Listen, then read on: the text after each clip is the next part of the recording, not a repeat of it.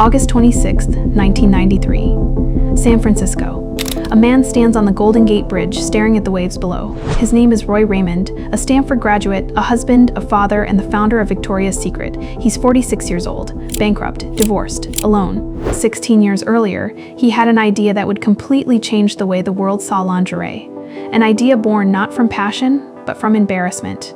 You see, in the late 1970s, buying lingerie wasn't easy for men. Department stores were bright, awkward, and full of judgmental stares. Roy felt it every time he tried to buy something for his wife. So, he decided to fix it. He opened a small boutique. Soft lights, classical music, silk and lace displayed like luxury jewelry.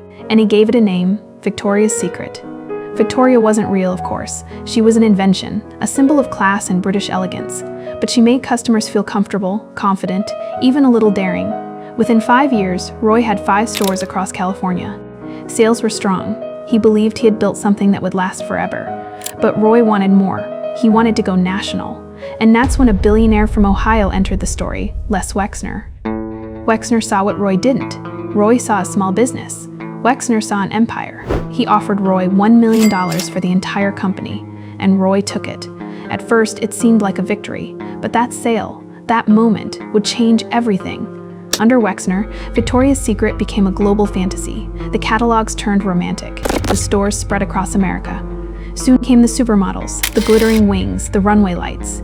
The brand wasn't just selling lingerie anymore, it was selling a dream. By 1993, Victoria's Secret was worth $5 billion. And that same year, Roy Raymond climbed the Golden Gate Bridge and jumped. He left no note. The news barely mentioned his name. No one connected the tragedy to Victoria's Secret, but the story didn't end there. In fact, that was just the beginning of something darker. Because behind all that glamour and confidence, behind the angels and diamonds, there were shadows. In the mid-1980s, Les Wexner met a man named Jeffrey Epstein. He was charming, persuasive, and claimed to manage money for billionaires. Wexner trusted him completely. He gave Epstein full control over his fortune. He sold him his private jet for cheap. He even handed him a Manhattan mansion for free. Why? No one knows. But what happened next would stain the Victoria's Secret legacy forever. Epstein started using the brand's name to lure young women. He told them he worked for Victoria's Secret, that he could make them angels. All they had to do was meet him.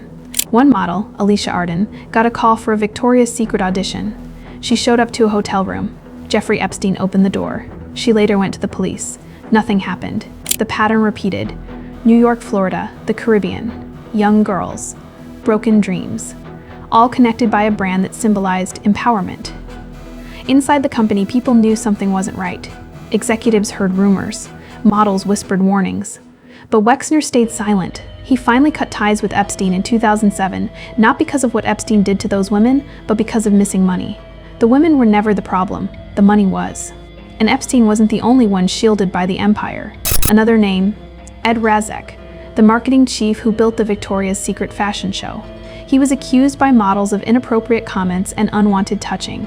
And when asked if he'd ever include transgender models, his answer was simple, no, because the show is a fantasy.